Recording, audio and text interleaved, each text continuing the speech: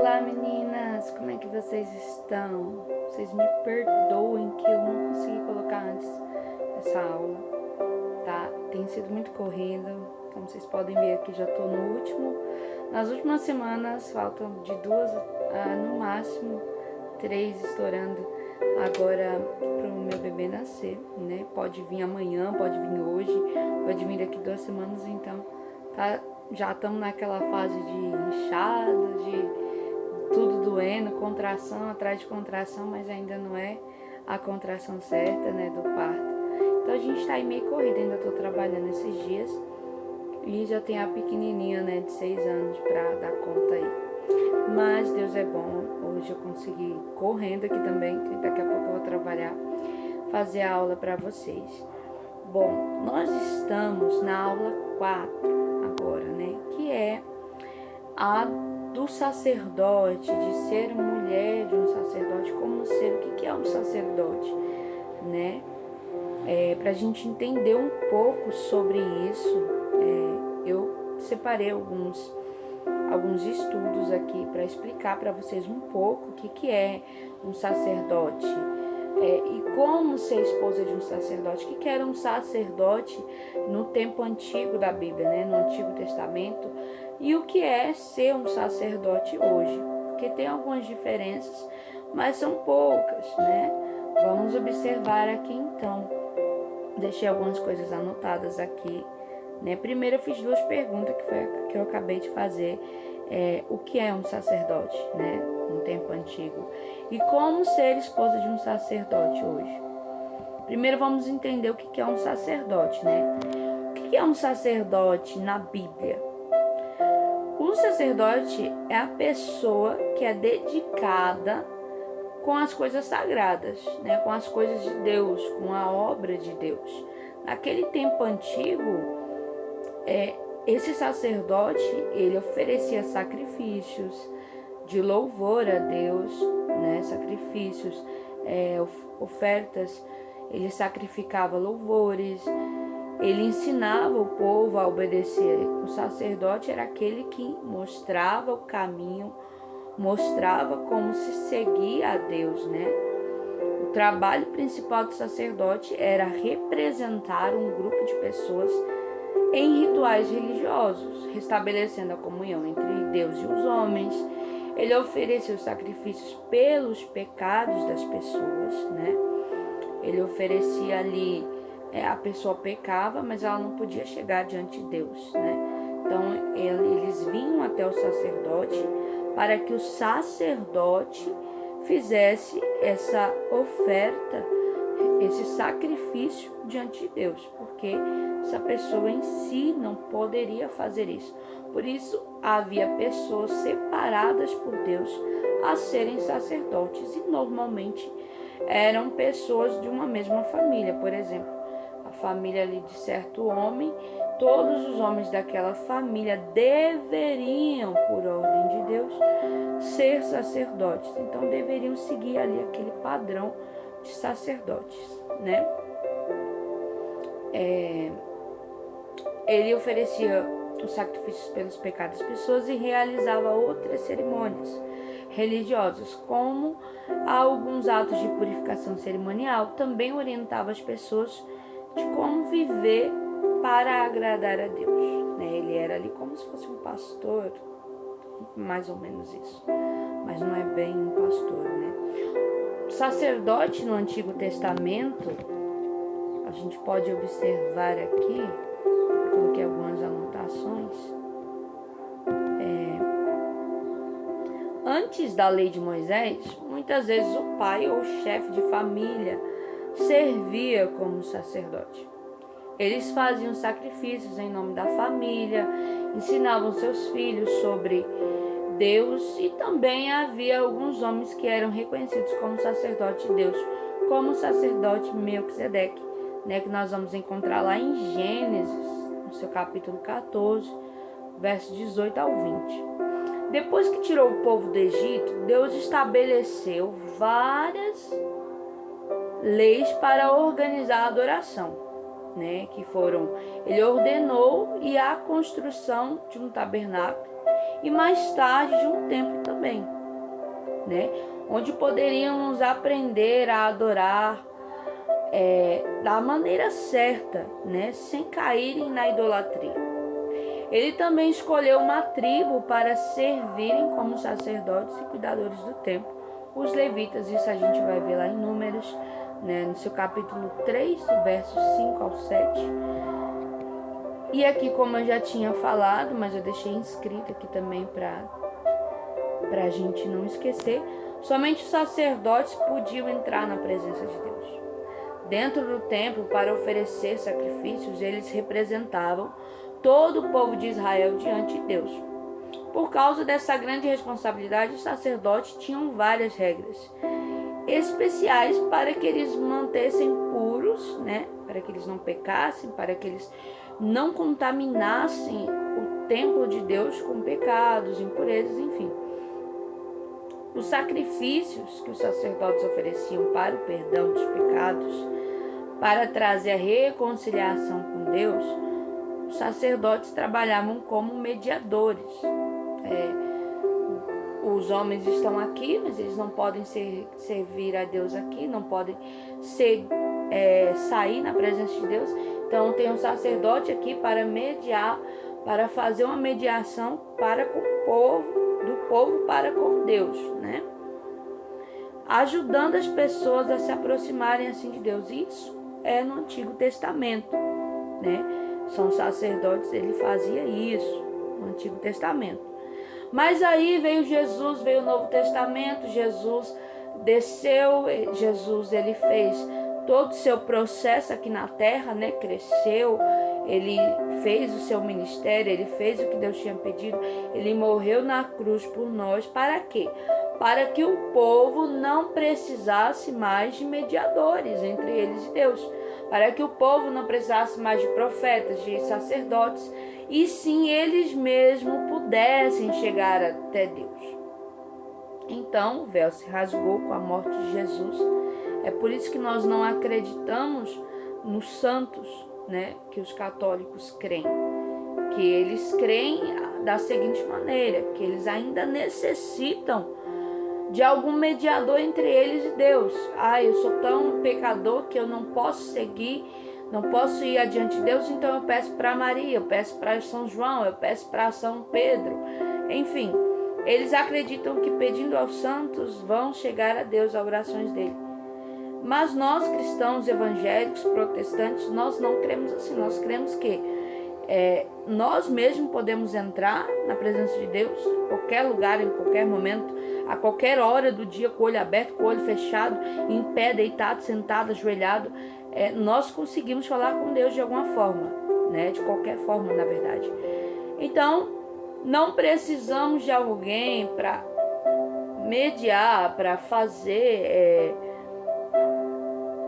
essa ligação, né? Vamos dizer assim, um Wi-Fi. Não precisamos de um Wi-Fi. Nós mesmos conseguimos falar com Deus, né? O que nós temos a mais a nosso favor é o Espírito Santo, que quando nós não conseguimos falar com Deus, quando nós estamos, vamos dizer, cansados, oprimidos, chorando, só temos lágrimas, passando uma situação muito difícil, nós não conseguimos ir completamente assim, se lançar com palavras, com súplicas. O Espírito Santo de Deus, o Espírito Santo de Deus, ele vem, recolhe ali as lágrimas, ele intercede por nós, ele fala por nós, porque nós não conseguimos falar.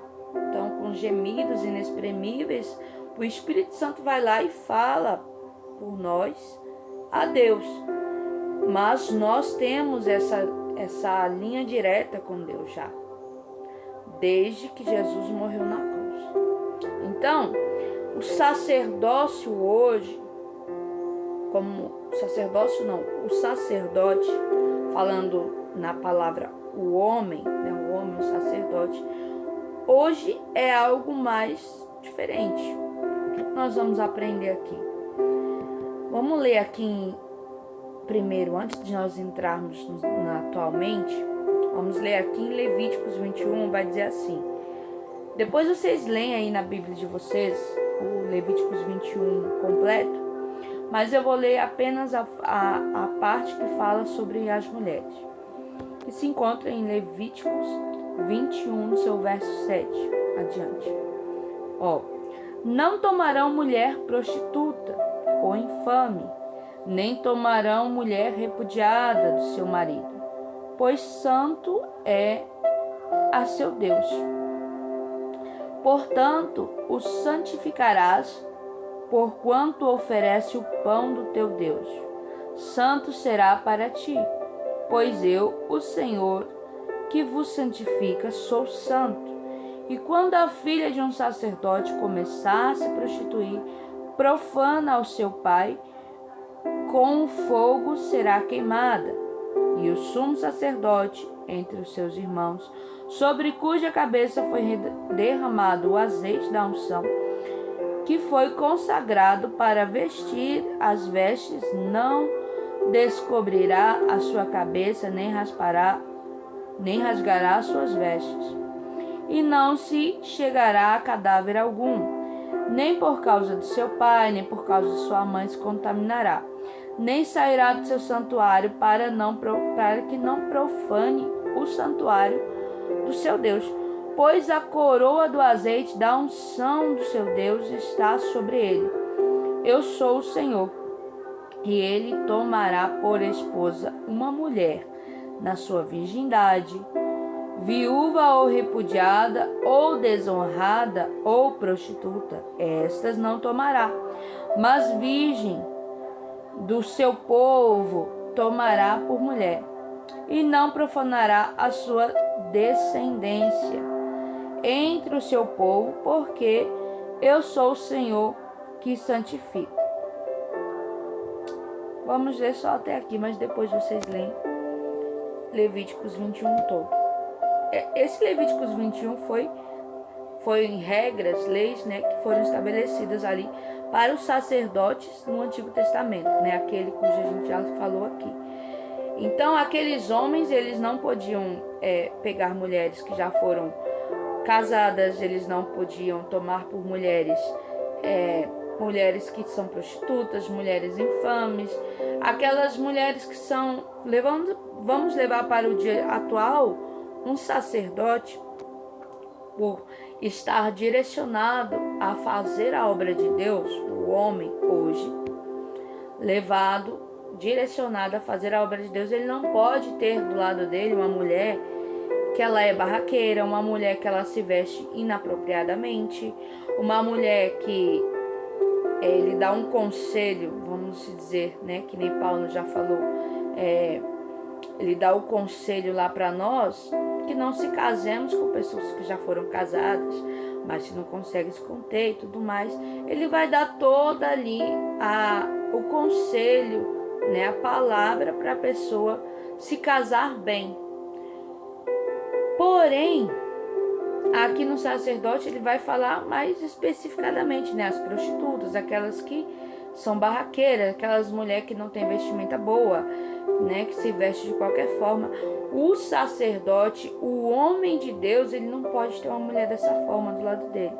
Então, o que nós, como mulheres, podemos entender e podemos melhorar?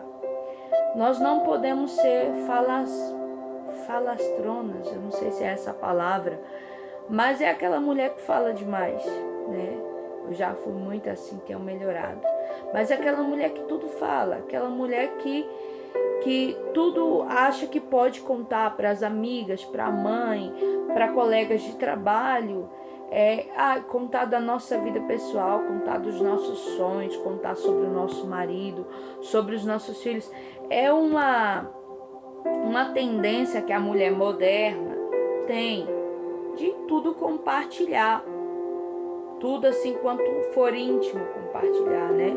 Eu não digo compartilhar uma mensagem, uma palavra edificante, uma utilidade pública, né? Não digo essas situações, mas assim, falar sobre a sua vida, sobre o seu casamento, sobre os seus filhos.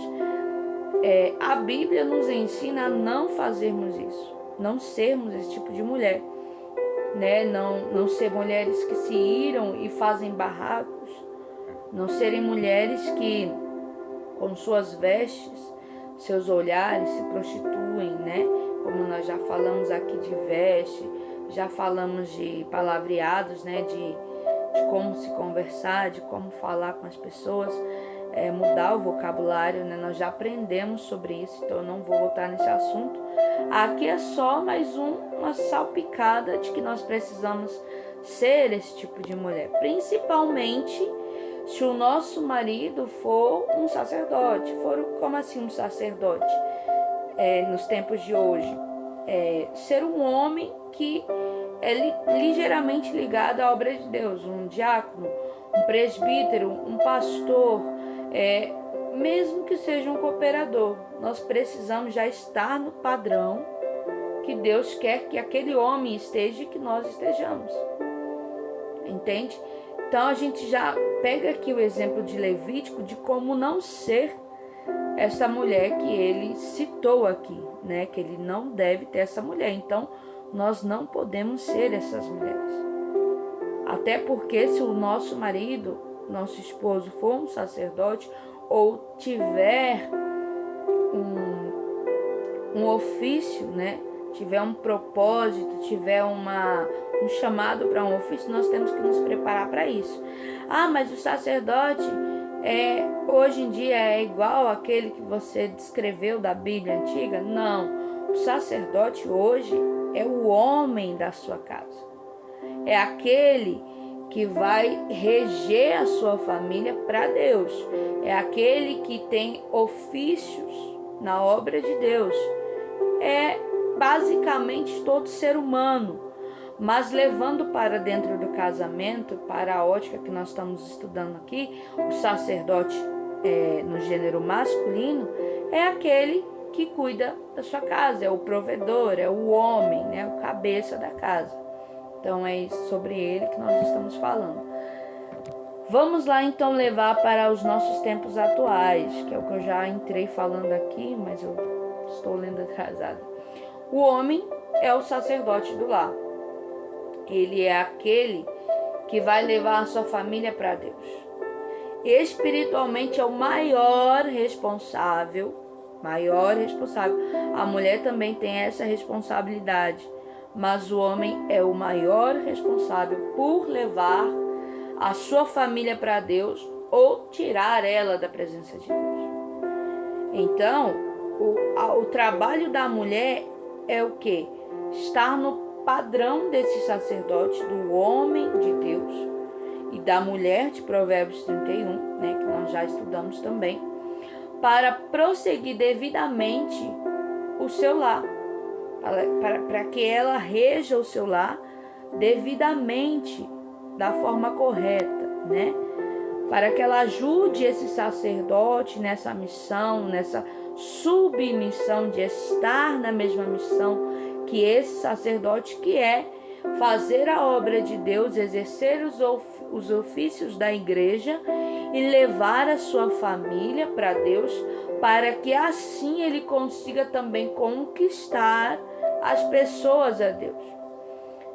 A mulher tem essa função de ser essa mulher, de exercer esse papel e ajudar esse homem a chegar nesse patamar de sacerdócio real de Deus. Então, como estar no padrão, né? Como, além de sermos a mulher de Provérbios 31 que a gente já estudou, como devemos ser como estabelecer, na verdade, algumas regras, rotinas, leis, para que o nosso lar se conduza de forma correta. Eu separei alguns tópicos pequenos aqui, só para termos uma ideia, né? Estabelecer horários, por exemplo, para oração com o cônjuge. Porque eu aprendi, né? Ainda não conseguimos exercer completamente isso no nosso lar. Às vezes acontece, mas não é com uma certa frequência. Mas nós temos aprendido que orar com o cônjuge é a maior arma que você pode ter dentro do seu lar, dentro do seu casamento e em questão aos seus filhos também, espiritualmente, contra o diabo, porque você não está orando sozinho, não é a mesma coisa. Tem momentos que você precisa sim orar sozinha, você ter ali sua comunhão com Deus, seu devocional com Deus, mas há momentos que você precisa dessa comunhão juntamente com seu cônjuge, porque vocês são uma só carne. Isso fortalece o casamento, fortalece a união da família, fortalece a casa e a vida ministerial e espiritual de vocês. Então precisa estabelecer esse horário. Ah, mas é que eu trabalho de dia, ele trabalha de noite, o horário é assim, o horário é acolá.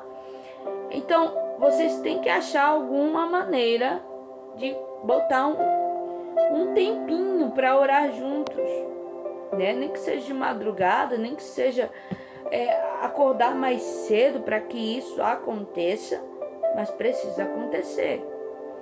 Ah, a gente nunca ora, comece aos poucos. Que nem a gente não ora sempre junto. É muito raro a gente conseguir orar junto. Mas é algo que nós estabelecemos que tem que acontecer. De alguma forma tem que acontecer. Porque senão o casamento fica meio assim, meio solúvel, fica muito fácil de ser atacado. Porque os dois não estão num propósito ali juntos. Entendeu? E estabelecer os horários de oração com os filhos também. Precisa desse devocional, desse ensinamento, desse discipulado com os filhos. Porque além dos nossos filhos não serem convertidos, eles não são netos de Deus só porque são filhos de crente, né? A crente aqui é nós. Os que já se batizaram, os que já estão na presença, os que já aceitaram, somos nós. Os nossos filhos estão caminhando, seguindo algo que eles ainda não conhecem, algo que eles não fazem ideia de como funcionam, algo de que eles só ouvem dizer, mas talvez não tenha esse exemplo em casa para seguir. Então, nós precisamos estabelecer, não, filho, agora é hora de oração, agora é hora de lermos uma palavra. E para isso seria muito bom, muito louvável e edificante que nós colocássemos o que como regra também da nossa casa? Cultos domésticos, só com a família. O homem, a mulher e os filhos. Porque, afinal, você já tem um sacerdote, uma liderança do lar, um cabeça do lar. Então, vocês não precisam todas as vezes chamar o pastor, o bispo, o sacerdote, não sei como que se fala na sua denominação de igreja, mas nem toda vez você precisa chamar, a não ser que seja um culto realmente no lar que seja para todo mundo, né? Para a igreja, convidado à igreja. Mas quando se trata de culto doméstico, a sua família, os seus filhos, o seu marido e você é o bastante. O seu marido pode e consegue conduzir o culto doméstico até Deus. Consegue levar a sua família até Deus. Vocês em casa conseguem trazer a presença de Deus para lá. Não precisa de um pastor, de uma pessoa com um ofício tão grande na igreja para fazer isso. Vocês conseguem, entende? Então é bom estabelecer culto doméstico. Precisa ser todo dia? Não. Mas pelo menos uma vez na semana, 3 vezes ao mês, 4 vezes, você vai começando aos poucos, porque é aos poucos que a gente vai alinhando, quebrando padrões antigos para estabelecer novos, entende? Mas precisa acontecer. E com crianças pequenas, como é que a gente faz, né? Porque a gente sabe que estar no culto, prestando atenção o tempo todo no culto, focado ali na palavra, nos louvores, na demanda ali, na procedência do culto, é complicado. Então, como chamar a atenção das crianças para isso? Quem tem criança pequena pode comprar aqueles devocionais bíblicos para crianças e fazer como que fosse um momento de história entre as crianças. Não, agora a gente vai contar a historinha de Jonas. e fazer um negócio mais dinâmico, uma coisa mais legal. As tias da escola dominical, as professoras, na verdade, da escola dominical, ela já tem essa pegada, né? Que nem eu dou aula na escola bíblica, com as criancinhas. Então já tem aquela coisa toda, tipo, a gente podia fazer o quê? Pegar uma lanterna e ler uma história bíblica. Se a criança tiver medo, pode pegar alguns bichinhos, por exemplo, você tem alguns animaizinhos aí de pelúcia, faz como que fosse da Arca de Noé, conte histórias bíblicas de modo divertido, para que as crianças, no caso, tenham aquela euforia para aprender, queiram aprender e ouvir, de forma que elas entendam, da forma divertida, né? Agora, se já é adolescente, jovem, aí tem que ser mais rígido. Por quê? Porque aí ela já está em outro patamar. Então, o patamar de estudo dela tem que ser diferente também. O nível de estudo bíblico, de atenção, de prestação de serviço a Deus ali, tem que ser muito diferente. Então, já tem que ser mais rigoroso. Esse tipo de coisa precisa acontecer para que o sacerdote tenha um bom desempenho e a mulher e a sua família tenham também ali dê essa ajuda, esse suporte para ele, até mesmo quando ele não estiver em casa. Porque muitas das vezes tem maridos que pregam muito, saem para pregar fora, cidade, estado, país, enfim. A mulher fica sozinha em casa com filhos, nem sempre ela consegue ir. Então, o sacerdote não mas será que a mulher não pode exercer, continuar, dar procedência a isso, prosseguir com isso? Claro que ela consegue. Por isso que ela precisa estar à altura, junto com ele ali, no mesmo patamar, na mesma visão, no mesmo propósito, para que ela consiga dar conta disso quando o sacerdote da casa não estiver. Ela passa as lições para o filho, ela leva a família de acordo com as ordens do sacerdote e de acordo com as ordens de Deus. Então, a mulher ela consegue, mas ela precisa estar dentro de Provérbios 31, precisa estar lembrando que ela não pode ser essa mulher de Levíticos 21 que ele falou, que ele citou aqui, mas que ela tem que ser pura no seu andar, no seu falar, no seu vestir, tem que ser pura para exercer todas as funções da vida, né?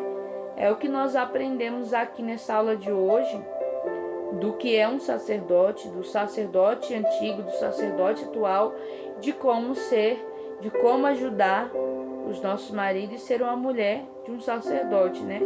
Porque ele vai precisar dessa ajuda, ele vai precisar dessa mão. E quem pode ajudar é a mulher dele. Então, que nós venhamos a aprender de forma rápida, de forma edificante, a sermos essas mulheres, porque o nosso marido vai precisar.